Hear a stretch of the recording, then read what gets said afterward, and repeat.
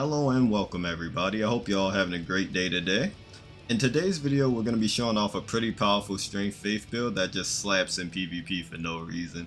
I will say I have made two other builds before this one which are very powerful also, and I'll leave them in the description below if you guys are curious to see what they look like. But without further ado, let's get straight into the stats. So starting off with our stats is going to be pretty straightforward. You're going to need 56 in the vigor so that you can tank as much damage as possible since you're a pretty close range build. 20 in the mind so that you can cast all your buffs and incantations and Asher Wars as much as possible. 33 into endurance so that you can carry around all your equipment and also have good stamina. 60 in the strength because that's a majority of our damage, and when you two-hand it, it's basically 80.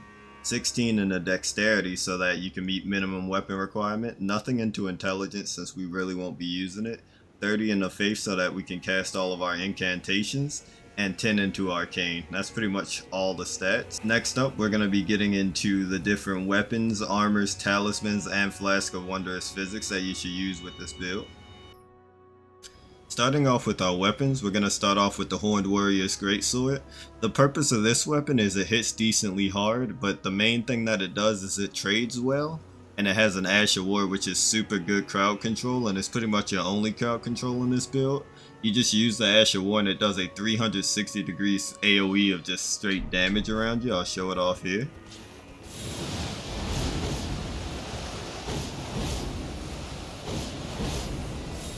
As you can see, it's pretty FP efficient and it hits a good radius and does decent damage, so it's a very good option to have in this build for whenever you're fighting multiple people, whether it be PvP or PvE at once.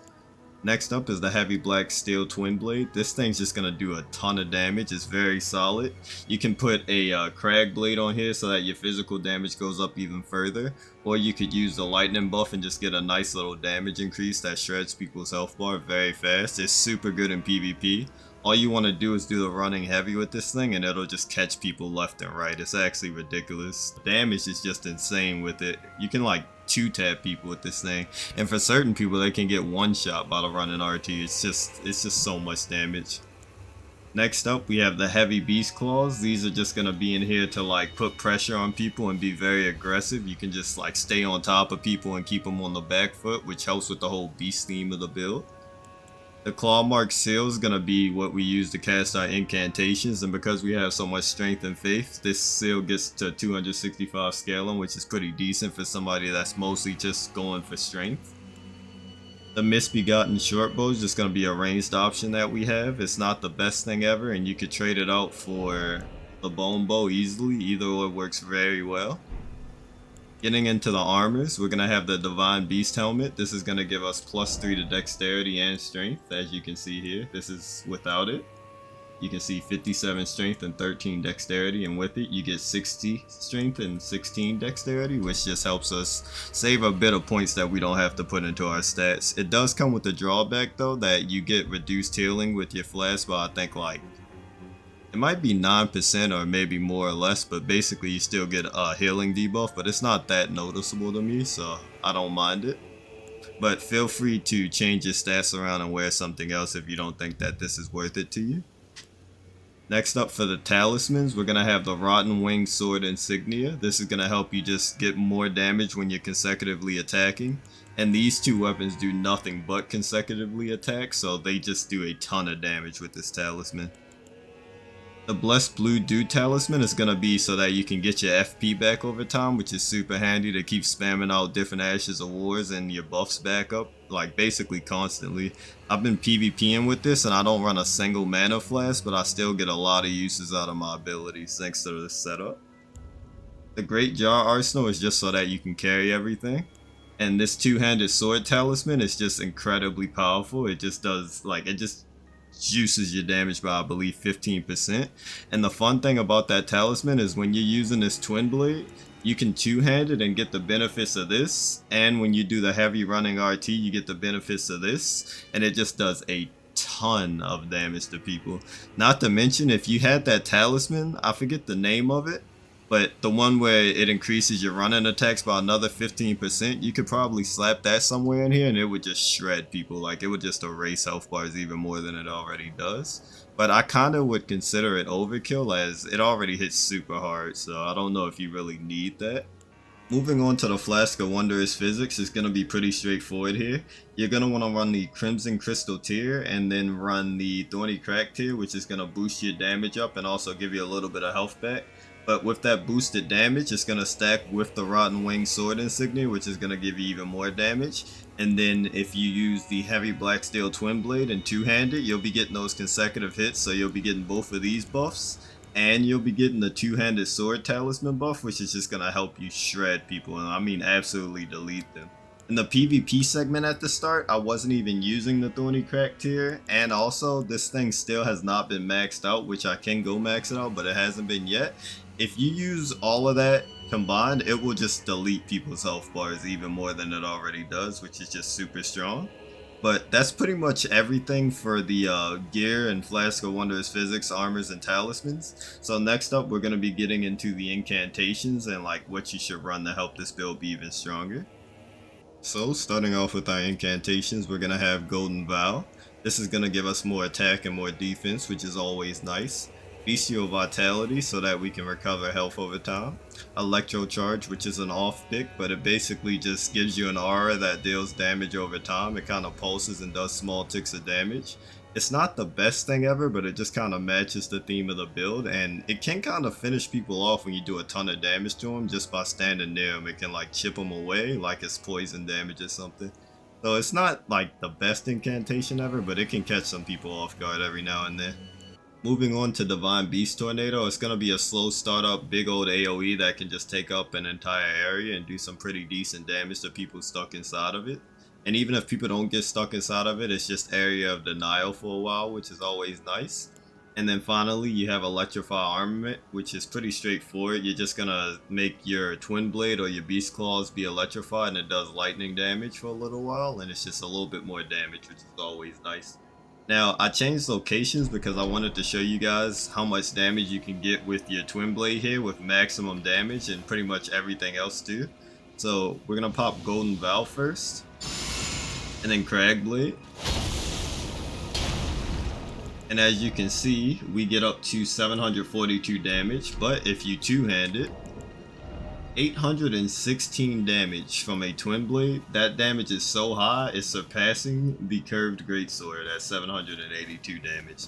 This thing right here, if you're running R2 somebody, all of those connect with that 782 AR and it's just gonna shred people. Like, it actually deletes them.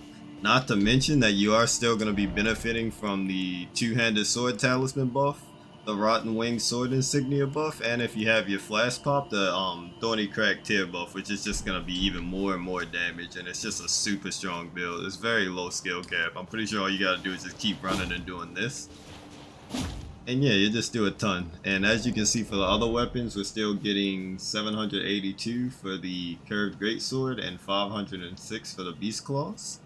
And that's pretty much everything for the build. Last but not least, I just wanted to show you guys some invasions to show you how this build works.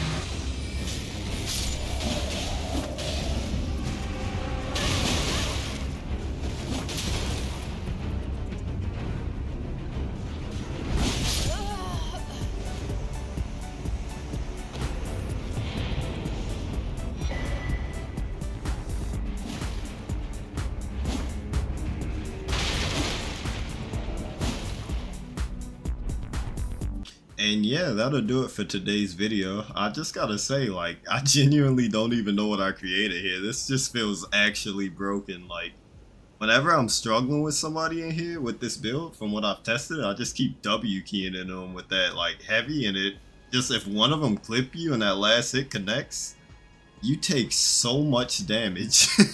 You take so much damage for no reason, and then you can just keep spamming it until eventually one of them clips them and they get hit again, and it's pretty much over after that. And remember, in all of those clips, that wasn't even max power. It had more to go. I still had the tier to put in, and I didn't have the multi-hit talisman at the time for some of those clips. So, I mean, yeah, you can just juice this to the max and just wipe somebody so fast with this damage. It's actually, it just feels genuinely broken, but hope you guys enjoy, and I'll see you all in the next one.